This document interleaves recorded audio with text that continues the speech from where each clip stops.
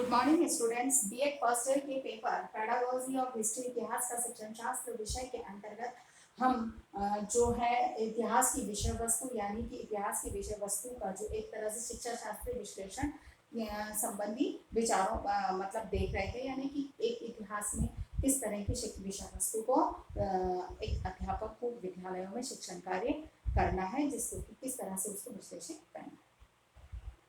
आज हम इसी के अंतर्गत देखने वाले हैं आधुनिकीकरण।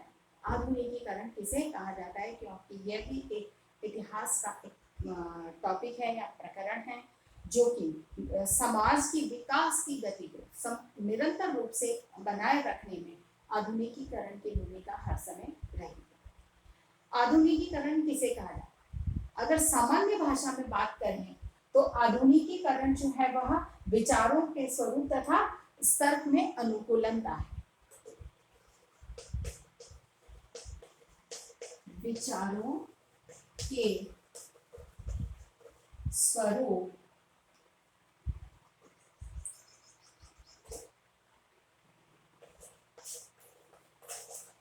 तथा स्तर में अनुकूलनता है।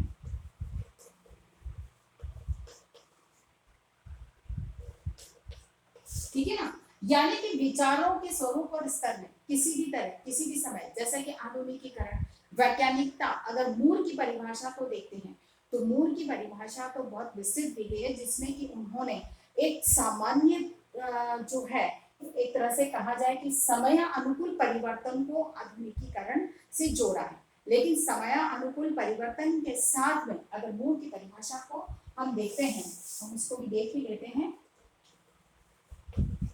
मूल के अनुसार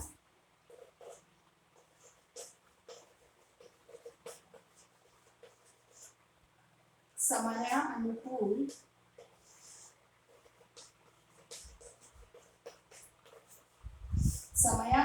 परिवर्तन के सामाजिक परिवेश में परिवर्तन के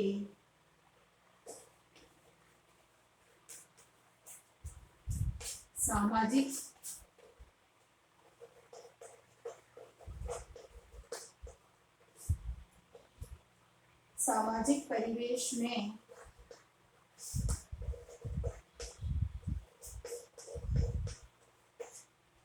वैज्ञानिकता के साथ साथ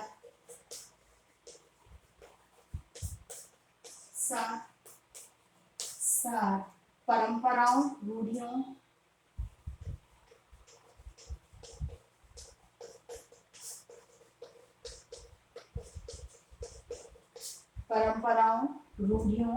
प्रथाओं, रिवाजों,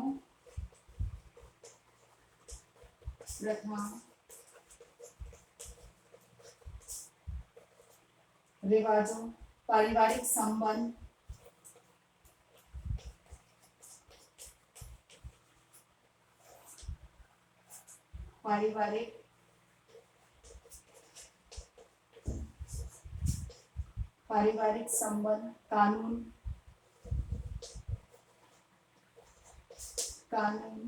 रीति रिवाज,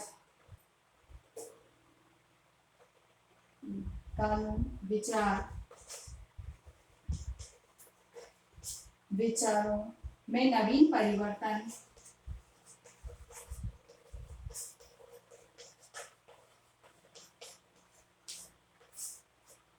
परिवर्तन आधुनिकीकरण है।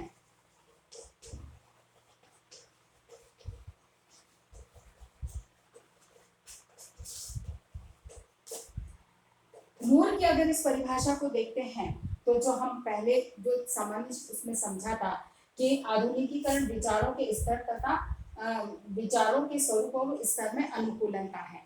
अब जैसे क्या है समय अनुकूल परिवर्तन, यानी कि समय के साथ जो इस परिवर्तन की आवश्यकता है, यानी कि जो विचारों के स्वरूप के स्तर जिस तरह की भी मांग है उसके अनुकूल जो समय अनुकूल परिवर्तन है, उस परिवर्तन के सामाजिक परिवेश में, क्योंकि हर क्रिया मनुष्य समाज में करता है, इसीलिए समाज से हटकर वो कोई किसी भी चीज की कल्पना हम नहीं कर सकते हैं।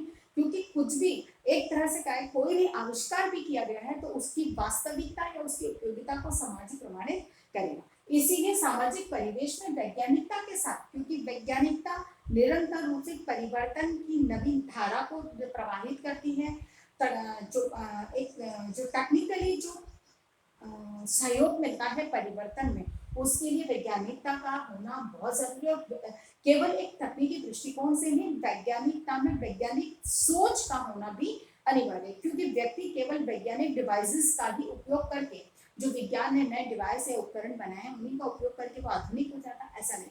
आधुनिकता में उसकी दृष्टिकोण, उसकी विचारधारा में वैज्ञानिकता का होना अनिवार्य है, यानी कि वह जिस चीज को कहा गया उसको आंख बंद करके विश्वास करने नहीं, उसमें उसकी सत्यता, वास्तविक उसकी क्रमबद्धता, उसकी वास्तविकता को जांच परख के ही देखने की जो दृष्टिकोण है उसका होना अनिवार्य है। इसीलिए वैज्ञानिकता के साथ साथ में परंपराओं, रिवाजों, प्रथाओं, हाँ, रूढ़ियों, पारिवारिक संबंधों, क्योंकि पारिवारिक संबंध एक संयुक्त परिवार थे, अब एकल परिवार, तो वही पारिवारिक संबंध, कानून, विचारों में नवीन परिवर्तन ही आधुनिकीकरण है। अगर एक शब्द में बात कही जाए तो काल समय परिस्थिति के अनुसार निरंतर परिवर्तन होने वाले परिवर्तन को आधुनिकीकरण कहा जाता है। आधुनिकीकरण की विशेषताएं क्या है, अब इस चीज को हमें देखना अनिवार्य, तभी इस चीज को और अच्छे से समझ पाए। देखिए आधुनिकीकरण की विशेषताएं,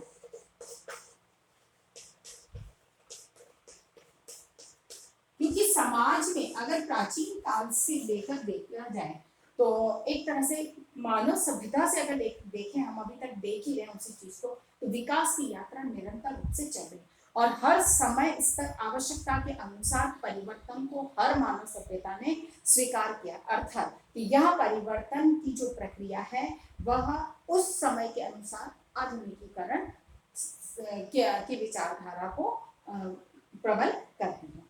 इसीलिए अनिवार्य है कि जो इस चीज को समझना हमारे लिए अनिवार्य और इसको इतिहास के दृष्टिकोण से देखना अनिवार्य। तो इसमें पहली जो आधुनिकीकरण की जो पहली विशेषता है वह है शिक्षा, क्योंकि शिक्षा जो है वो व्यक्ति को परिवर्तन के लिए प्रशिक्षण प्रदान करती है या उसे तैयार करती है, यानी कि शिक्षा जो है उसे इस चीज के लिए तैयार करती है कि जो भी समाज, समय और आवश्यकता के अनुसार जो परिवर्तन हो रहे हैं उसको स्वीकार किया जाए। जैसे कि वर्तमान जो परिस्थितियां हैं उसमें हम पिछले शायद 1.5 साल से अधिकांशतः हम लोगों ने ऑनलाइन क्लासेस का सहारा लिया है, ऑनलाइन रूप से चल, ये एक परिवर्तन है और अगर इसी परिवर्तन को स्वीकार ना करते तो शायद हो सकता था कि 1.5 साल से हमारी जो शिक्षा है वह एक तरह से बिल्कुल बंद हो चुकी होती, हम बिल्कुल शिक्षा से दूर हो जाते हैं, अपना जो टॉपिक, अपना जो व्यवस्थाएं हम उनको उनके संपर्क में हम नहीं आते, इसी मतलब हम उन चीजों से दूर हो जाते हैं और जब पुनः जरूरत पड़ती तो वापस उसको पढ़ने के लिए हमें और काफी पीछे जाना पड़ता, तब नए के साथ, वर्तमान के साथ में जुड़ पाते। इसीलिए तो नवीन परिवर्तन को हमने जोड़ा, तो ये कैसे संभव हुआ, क्योंकि शिक्षा ने हमें इन न्यू टेक्नोलॉजी से पहले ही अवगत करा रखा था, शिक्षा के माध्यम से हम उसके बारे में सीख चुके थे, कुछ समय लगा लेकिन उसको यूज टू हो गया, हम उसके आसानी से इस कार्य को कर पा रहे। नेक्स्ट आता है ग्रहणशीलता।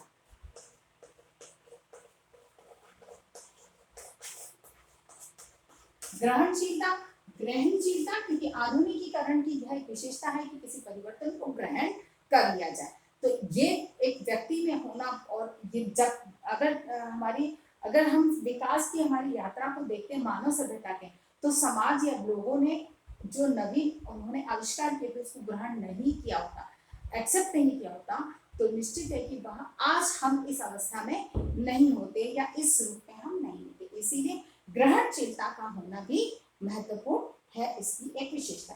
अगली विशेषता प्रेरणा और उच्च आकांक्षा। प्रेरणा व उच्च आकांक्षा। आधुनिकीकरण प्रेरणा है क्योंकि यह एक नवीन परिवर्तन की जो प्रक्रिया है वो मनुष्य को प्रेरणा प्रदान करती है कि उसे किस तरह से जैसे दूसरों ने किसी चीज को अपनाया है, एक्सेप्ट किया है, जैसे हमने कहा कि भाई वो ऑनलाइन बहुत ऐसे पढ़ा रहा है वैसे, तो उसकी तरीके को हमने देखा, वो हमारे लिए एक मोटिवेशन था, हमने अपने आप में उस चीज को बदलाव किया। तो कहने का मतलब ये है कि प्रेरणा, जब दूसरा किसी नवीन चीज को एक्सेप्ट करता है तो वो दूसरों के लिए प्रेरणा बनता है। तो परिवर्तन के लिए प्रेरणा का होना अनिवार्य है, यानी कि आधुनिकीकरण के लिए प्रेरणा होना बहुत अनिवार्य है। दूसरी चीज उच्च आकांक्षा है कि हमें, मतलब कि एक तरह से कहा जाए कि एक आगे बढ़ने की निरंतर एक आकांक्षा हमारे मन में होनी चाहिए। जब तक हमारे मन में उच्च आकांक्षा नहीं है, आगे बढ़ने की हमारे में लालसा नहीं है, इच्छा नहीं है, तो हम किसी विशेष प्रयास के लिए स्वयं को तैयार नहीं करेंगे, प्रयास भी नहीं करेंगे। इसीलिए इसमें आवश्यक है कि प्रेरणा, इसके लिए प्रेरणा और बनी रहे और उच्च आकांक्षा व्यक्ति की होनी चाहिए, तभी वह परिवर्तन को एक्सेप्ट कर पाएगा। तो आधुनिकीकरण जो है वो प्रेरणा और उच्च आकांक्षा के निर्माण करने का कार्य करता है। फिर सामाजिक परिवर्तनशीलता,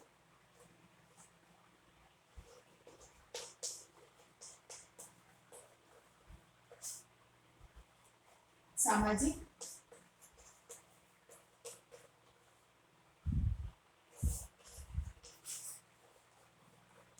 जो समाज में परिवर्तन होते रहते हैं उस परिवर्तन को निरंतर रूप से स्वीकार करना समाज इसकी जो है मूल बात है कि सामाजिक रूप से परिवर्तन, क्योंकि समाज में परिवर्तन नहीं आता है तो आधुनिकीकरण मतलब समाज आगे नहीं बढ़ पाएगा जिसकी हम अपेक्षा करते हैं। इसीलिए सामाजिक परिवर्तनशीलता की प्रवृत्ति इसमें होनी चाहिए, यानी कि सामाजिक रूप से परिवर्तन की प्रक्रिया इसमें पाई जाती है। आधुनिकीकरण की विशेषता है, एक विशेषता है उच्च ज्ञान है तो जिज्ञासा की प्रवृत्ति।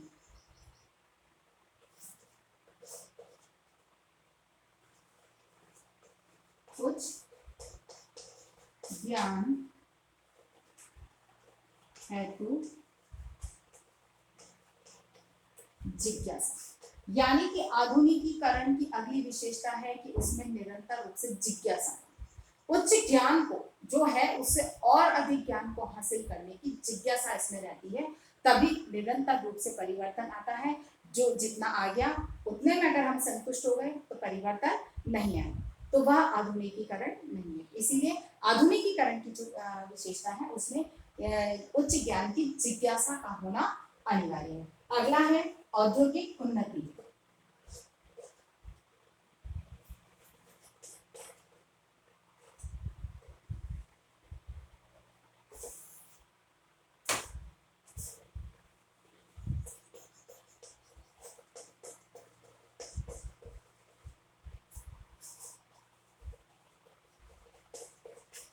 औद्योगिक उन्नति इसकी अगली विशेषता है, क्योंकि आधुनिकीकरण जो है वह औद्योगिक उन्नति के क्षेत्र में, क्योंकि उच्च आकांक्षाएं जो हमारी होती हैं उनकी जो पूर्ति है उसमें ये भी बहुत बड़ा योगदान है।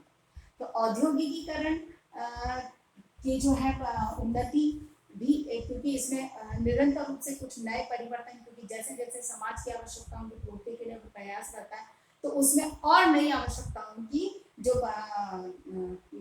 आवश्यकताएं हैं वो सामने आती है, तो उसमें और अधिक परिवर्तन होते हैं। अर्थात कि औद्योगिक उन्नति निरंतर रूप से आधुनिकीकरण की एक विशेषता है कि जिससे कि हमारी जो मनुष्य की जो सामाजिक आवश्यकताएं हैं या मनुष्य की अपनी आवश्यकताएं हैं उनकी पूर्ति के लिए जो औद्योगिकरण की व्यवस्थाएं हैं ये सहयोग प्रदान करती है। और अगर ये पुराने ढर्रे पर चलती हैं तो मनुष्य की आवश्यकताओं की पूर्ति नहीं होगी, उसकी जब निरंतर रूप से आवश्यकताओं की पूर्ति नहीं होती तो वह आगे महत्वाकांक्षी नहीं रहता। इसीलिए अनिवार्य है कि इनको भी निरंतर रूप से उन्नतिशील होना, और ये भी इसकी एक विशेषता। अंतिम बात है गत्यात्मक नैतिकता,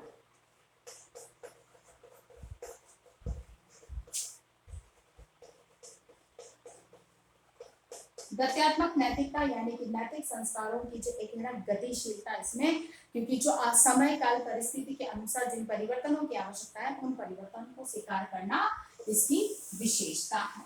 अब अगली बात जो इसके अंतर्गत आती है वह आती है आधुनिकीकरण के पक्ष,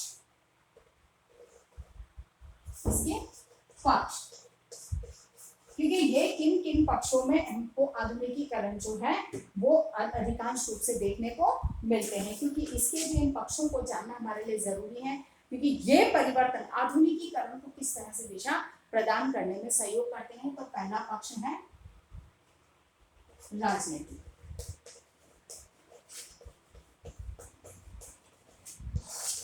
राजनीतिक दृष्टिकोण से देखा जाए तो आधुनिकीकरण का जो पहला है हिस्सा वही, क्योंकि यहाँ से बहुत परिवर्तन या कहा जाए कि एक क्रांति लाने में सहयोग करा। कैसे? जैसे कि परंपरागत तरीके में ठीक है, एक राजा हुआ करता था, वो सब पे शासन करता था, उसकी अपनी व्यवस्थाएं थी, उसके अपने नियम कानून थे, सब उसको स्वीकार। लेकिन निश्चित है कि जब एक ही वंश का शासन है, एक ही उसका है, तो निश्चित है कि वह कुछ तानाशाह या निरंकुश हो सकता है, या कई बार ऐसा होता भी था। तो उससे जनता ने त्रस्त हुआ। तो उसकी वजह से जैसे फ्रांस की क्रांति है, ब्रिटेन की क्रांति है, ये किसकी वजह से? इसी वजह से हुई थी कि राजशाही जो शासन थे उससे निरंकुश शासन था, उसके विरोध में जनता ने जो है क्रांति की थी। तो ये इसी तरह से धीरे धीरे परिवर्तन राजनीतिक क्षेत्र में भी आया। आजादी के समय अगर राजनीतिक परिवर्तन न होता तो पूरी जनता इस चीज को समझती नहीं कि जब तक हम एक नहीं होंगे तब तक हम ब्रिटिश साम्राज्य को भारत से हटा नहीं सकते। तो हमारे जो राजनेता हैं या जो क्रांतिकारी हैं, जो कि सहयोग की अपेक्षा हमसे करते हैं, हमें उनका सहयोग करना है। गांधी जी ने एक आवाज लगाई कि दांडी यात्रा करनी है, हजारों लोग उनके पीछे चल दिए, पैदल चल दिए। इसका मतलब क्या था? ये एक राजनीतिक परिवर्तन, एक शासन, एक पार्टी, जैसे पार्टी व्यवस्थाएं हुई कि एक पार्टी हुई, जैसे कांग्रेस की स्थापना हुई तो खाली एक ही पार्टी है तो निरंकुश हो सकती है, तो उसके साथ में अन्य पार्टियां हुई।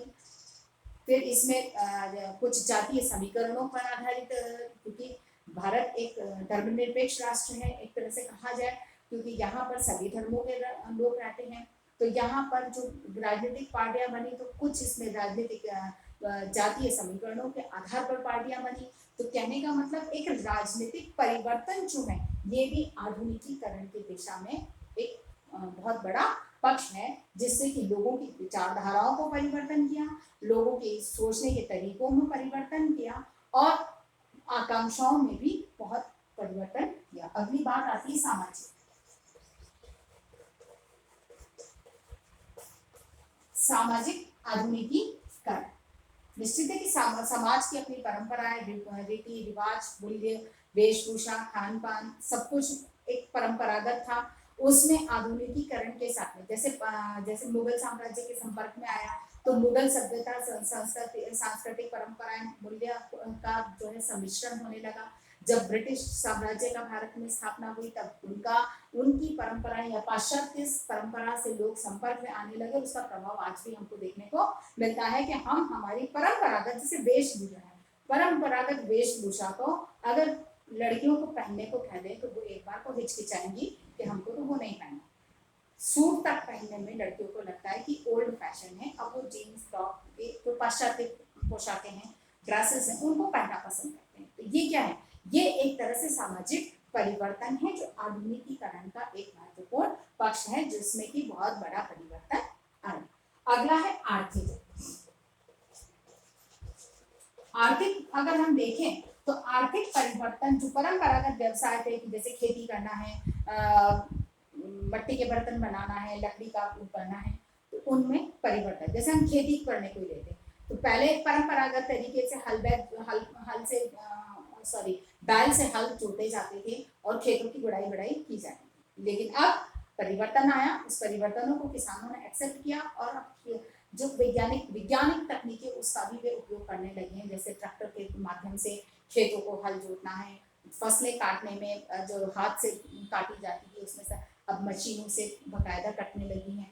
अब बहुत सारी वैज्ञानिक तकनीकें जो हैं उनका उपयोग किया जाने लगा है। तो आर्थिक दृष्टिकोण से भी बहुत परिवर्तन आया। व्यवसाय के क्षेत्रों में बहुत क्षेत्र बढ़े। केवल एक परंपरागत जो व्यवसाय थे कि खेती करना है, मिट्टी के बर्तन बनाना है, लकड़ी के जो सामान बनाना है, ये कुछ परंपरागत जो व्यवसाय थे वही। लेकिन अब आधुनिकीकरण हुआ, मशीनों का आविष्कार हुआ, मशीनों ने कार्य करना प्रारंभ किया, तो व्यवसाय के बहुत सारे क्षेत्र खुलते चले गए। धीरे धीरे जैसे कंप्यूटर आया तो कंप्यूटर ने व्यवसाय के कितने सारे क्षेत्र खोल दिए। तो कहने का मतलब है कि व्यवसाय आर्थिक क्षेत्र के अंतर्गत भी आधुनिकीकरण की एक तरह से क्रांति सी आई, और यह मतलब जो आधुनिकीकरण का जो एक पक्ष है वह आर्थिक पक्ष भी है, जिसमें कि परिवर्तन की आवश्यकता है और हो रही है। और फिर बौद्धिक क्षेत्र में भी जैसे आर्टिफिशियल इंटेलिजेंस, इस समय एक नया शब्द चला है कि आर्टिफिशियल इंटेलिजेंस। तो ये क्या है? ये एक तरह से जो इलेक्ट्रॉनिक्स जो आपका जो डिवाइसेस है उसके माध्यम से आपके डाटाज वगैरह को फीड रखना, जिसके पास में जब आपको जरूरत है तब आपको वो चीज़ प्राप्त हो जाए, और भी इससे संबंधित बहुत सारी जानकारियां उसमें भी नहीं पढ़ सकते। लेकिन बौद्धिक विकास में भी आधुनिकीकरण की जो एक है गति, बहुत तीव्र गति आई, और उसकी वजह से जो परिवर्तन, आधुनिकीकरण का एक पक्ष है बौद्धिक विकास, बौद्धिक, जिसमें कि बालक की जो बहुत सारी बौद्धिक क्षमताओं में निरंतर रूप से उनकी आवश्यकताओं के लिए बहुत सारे ऐसे संसाधन या बहुत सारे प्रयास इसमें किए गए, और इसमें और आगे भी निरंतर रूप से होंगे। इन 4 मुख्य पक्षों से आधुनिकीकरण के माध्यम से समाज के हर क्षेत्र में हम परिवर्तन को समझ देख सकते हैं। आशा करती हूँ कि भैया आज की बात आपको समझ में आई होगी। इसी के आधार पर आपको एक प्रश्न करना है कि आधुनिकीकरण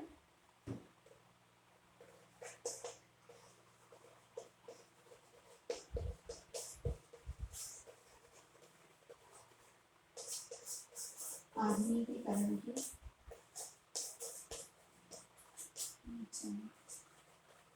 धारा को स्पष्ट, अपनी बात को समाप्त करने से पहले कोविड-19 इस महामारी के दौर में अपने आप को सुरक्षित रखें। बहुत अधिक आवश्यकता हो तभी घर से निकलें। घर से बाहर निकल रहे हैं तो मुंह पर मास्क लगाएं। पहले तो निकले ही नहीं, क्योंकि इस समय जो स्थिति है वो बहुत विकट स्थिति है।